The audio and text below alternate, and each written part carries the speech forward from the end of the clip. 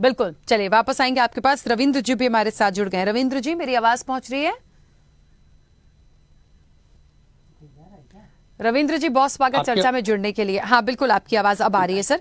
और निश्चित तौर पर आज जिन धार्मिक पर्यटनों को हम चर्चा में निवेश की दृष्टि से लेकर आए हैं, भारतीय जनता पार्टी को ये लगता है, और आंकड़े भी पहले से अभी तक के उठा के देखा जाए, काफी ज्यादा जो पर्यटक हैं वो पहुंचते हैं।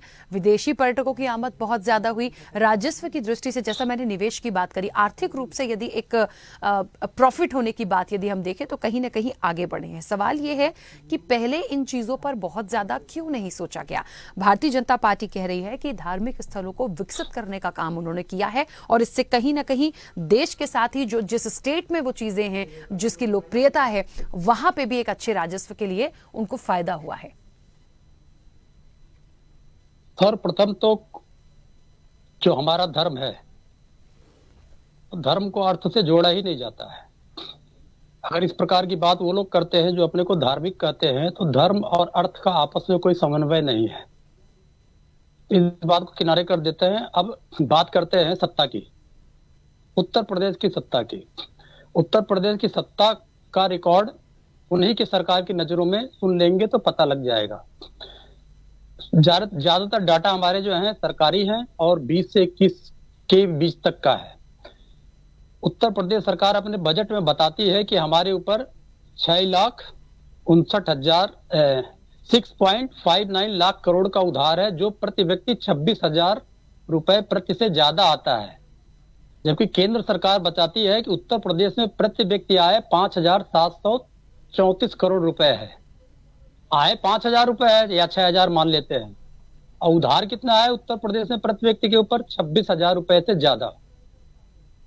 ये आंकड़े तो दोनों केंद्र सरकार के हैं, उत्तर प्रदेश सरकार के हैं। फिर हमारी जो प्रति व्यक्ति आय है वो दिल्ली और पुडुचेरी, तमिलनाडु जैसे राज्यों से पीछे है। फिर जो हमारा जो सालाना जीडीपी होती है वो प्रति व्यक्ति केवल 97,000 रुपए है, जिसका 16वां स्थान भारत में आता है। 10 औद्योगिक राज्यों में हम लोग नहीं हैं, जबकि बताते हैं कि 45 लाख करोड़ रुपए का इन्वेस्टमेंट आ चुका है 4 इन्वेस्टर समिति के द्वारा। अगर 4 इन्वेस्टर समिति में 45 लाख करोड़, मतलब कि 45 ट्रिलियन, अभी तो 1 ट्रिलियन की बात ये लोग कर रहे हैं, ये 45 लाख ट्रिलियन है कहां पे? अगर है तो हमारा कर्ज और हमारी आय से कर्ज 4 गुना है एक व्यक्ति के ऊपर। ये एक व्यक्ति कह रहे हैं, एक व्यक्ति 28 रुपए भी नहीं कमाता है महीने का। इसमें अंबानी, अडानी और सरकार की सबकी आय जुड़ी हुई है। अब अगर हम चले जाते हैं नीति आयोग के सूचांकों में, स्वास्थ्य सूचांक में अंतिम नंबर पे है, केरल नंबर 1 पे है। नीति आयोग आजकल भारतीय जनता पार्टी देख रही है। फिर शिक्षा के सूचांक में केरल नंबर 1 पे है और उत्तर प्रदेश अंतिम नंबर पर है। ये भी तो डाटा ही है, कोई अलग से डाटा तो बने नहीं है। अभी अभी इस साल